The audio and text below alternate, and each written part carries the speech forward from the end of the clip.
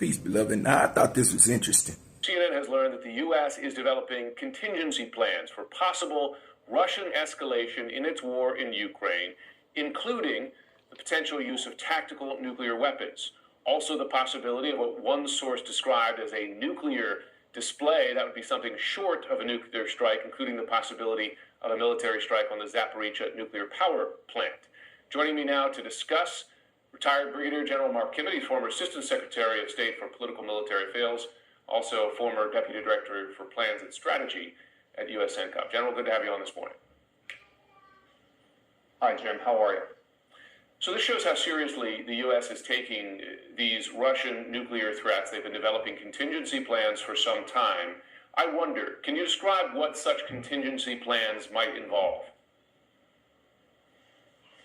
Well, I think, first of all, there's the public face of all of this, which is how we communicate to Russia what we're prepared to do, what we're not prepared to do. My personal view is I think we ought to be deliberately vague on what we are prepared to do. Anytime you draw a red line, that commits you to a certain course of action. Look, I think it's fairly simple to lay down the options. It could be the soft side of it, which is doubling down on sanctions, doubling down on export controls, ranging all the way to a nuclear response of our own and everything in between. It would be likely that this president is not looking at the far end of that, sort of looking at a response in kind, but not with nuclear weapons. Hard strikes on Russian facilities inside of Ukraine, most likely. That's exactly how General Petraeus described it. He said, hypothetically, and again, he's not basing this on any public, revelation of intelligence, we would respond by leading a NATO collective effort that would take out every Russian conventional force that we could see and identify on the battlefield in Ukraine, also in Crimea. Does that sound like the response you'd be thinking of?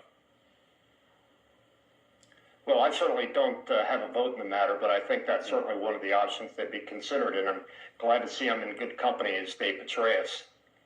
Let me ask you this then, because a concern from the start of this war, which has qualified really every U.S. NATO step in response to the Russian invasion, the quality of weapons, the range of weapons, the degree of military support for Ukraine, has been concerns about sparking a broader war with Russia. For instance, that's why the idea of a no-fly zone was limited, because that would be putting NATO warplanes in direct conflict with Russian forces. Would a response like this, and this has to be part of the calculation, right?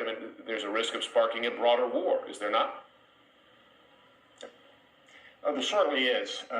But I heard a description of Putin yesterday that I thought was particularly apt.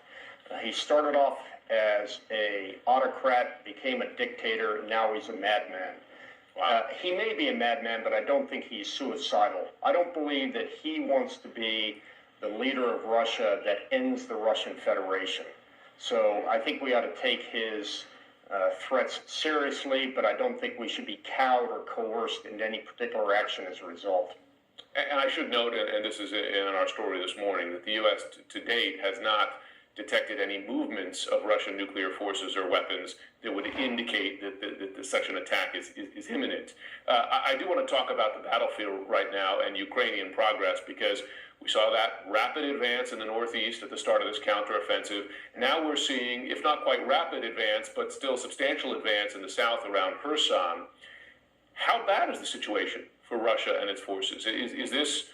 Have we seen the beginning of a broader retreat here?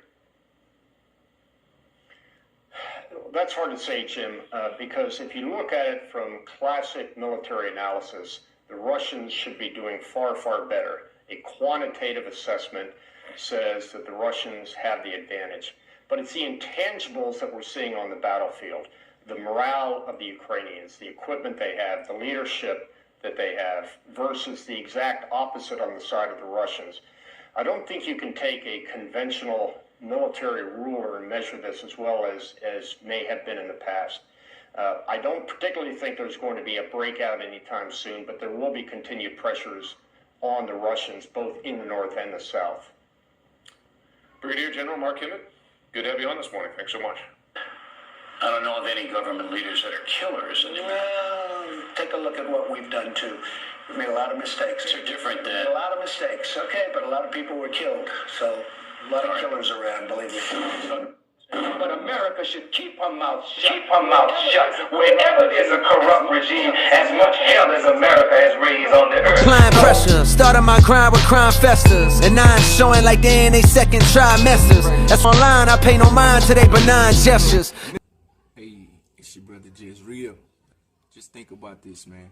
Not all successful persons are people of value, but all persons of value, they are potentially successful people. You, my people, who has been lost from your own kind,